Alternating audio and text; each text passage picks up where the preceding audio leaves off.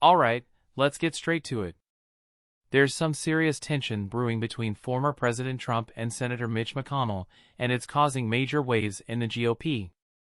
Trump isn't holding back, he's accusing McConnell of working against the America First agenda, and the rift between them just keeps growing. We're greatly disappointed in any Republican who chooses willfully to vote against the president's exceptionally qualified cabinet nominees and picks to lead his America First administration. Not a single Democrat swayed from voting against President Biden's nominees, and we know how many of them turned out. They turned out to be atrocious at their jobs, leaving America much worse than they were when they took the oath of office. And so I've said it repeatedly from this podium. I addressed it at the beginning of my remarks. We expect all Republicans to vote, to stay tough and strong, vote for President Trump's nominees so we can get to work and continue to work very hard to implement. It's a full-blown political clash at this point.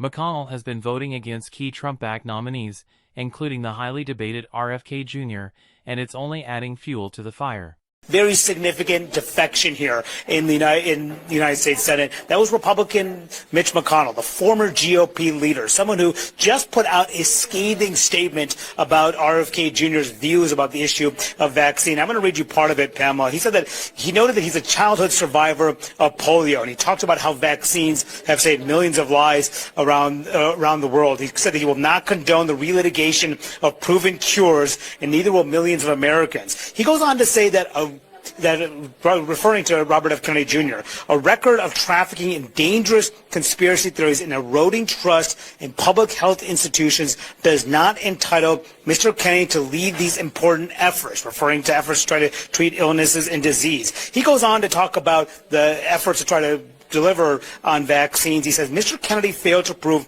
he is the best possible person to lead America's largest health aid. All right. Let's talk about the growing divide shaking up the Republican Party.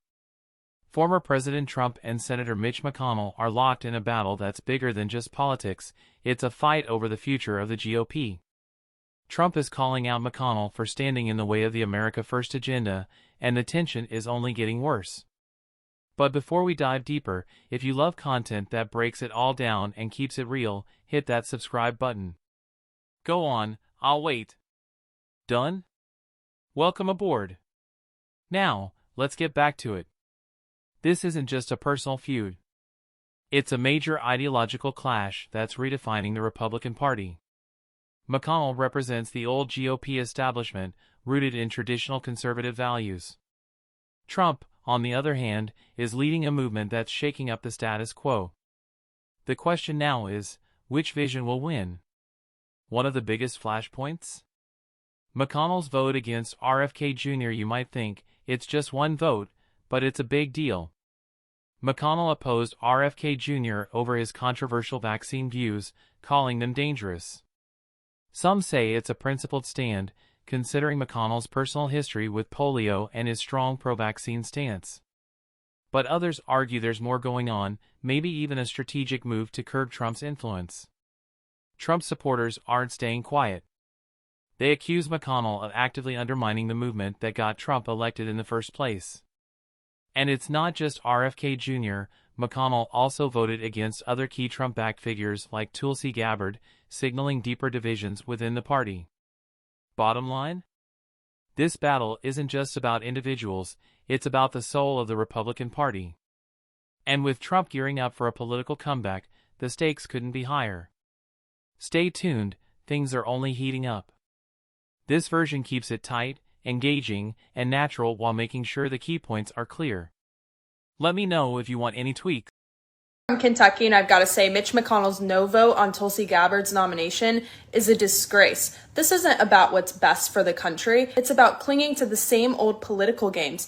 Tulsi has served this nation with honor, and Kentuckians respect that. Mitch? He's more interested in protecting the swamp than representing the people who put him in office. This vote doesn't reflect Kentucky values at all. It reflects his own self-interest, and we see right through it. This is turning into an all-out war within the GOP. Tulsi Gabbard, a former Democrat, represents exactly the kind of outsider appeal Trump thrives on, someone willing to challenge the establishment. But McConnell? He's making it clear he's not on board with these unconventional picks. According to Trump's allies, this isn't just about policy, it feels personal. Many believe McConnell has never fully accepted Trump's grip on the Republican Party. His recent votes seem less about principles and more about pushing back against Trump's influence. The divide is deepening, and with Trump preparing for a comeback, the fight for control of the GOP is only getting more intense. He's not equipped mentally. He wasn't equipped 10 years ago mentally, in my opinion. He'd let the Republican Party go to hell. If I didn't come along, the Republican Party wouldn't even exist right now. Mitch McConnell never really had it. He had an ability to raise money because of his position as leader, which anybody could do. You could do it even, and that's saying a lot. But the fact is that he raised money and he gave a lot of money to senators, and so he had a little loyalty based on the fact that as leader you could raise a lot of money. Senators would call me and they say, he wants to give me 20, 25 million. Can I take it? I'd say, take the money. Take the money. But he engendered a certain amount of, I don't even call it loyalty. He was able to get votes. But I was the one that got him to drop out of the leadership position, so he can't love me. But he's not voting against Bobby. He's voting against me, but that's all right. He endorsed me. Do you know that Mitch endorsed me, right? Well, he did. You think that was easy? What? He had polio, obviously, and his. I don't know. I don't know anything about he had polio. He had polio. Are you doubting that he had polio? I have no idea if he had polio. All I can tell you about him is that he shouldn't have been leader. He knows that. He voted against Bobby. He votes against almost everything now. He's a very bitter guy, and we have a very strong party. And he's almost not even really a very powerful member. I'd say he's not he's lost his power. Tension in the GOP is reaching a boiling point, and it's all playing out on the Senate floor. We all know Trump isn't one to stay quiet. He's firing back at McConnell, calling him a relic of the past, someone who, in his view, sold out America to establishment interests. And with his sights set on a comeback, Trump is making sure everyone knows where he stands. But it's not just Trump speaking out. Republican voters who back the America First movement are outraged. To them, McConnell represents everything they rejected in 2016 and 2020. This divide isn't just in Washington, it's playing out across the country, with many feeling their values are being ignored. Trump's allies are making it clear they believe the old GOP needs to step aside. They're calling for fresh leadership that actually supports the populist movement and prioritizes American interests over establishment politics. McConnell, however, isn't backing down. If anything, he's doubling down, positioning himself as a steady force trying to keep the Republican Party from changing too much, too fast. But at what cost? The big question, where does the GOP go from here? Will Trump's influence push more Republicans to rally behind his candidates? Or will McConnell's brand of conservatism hold firm?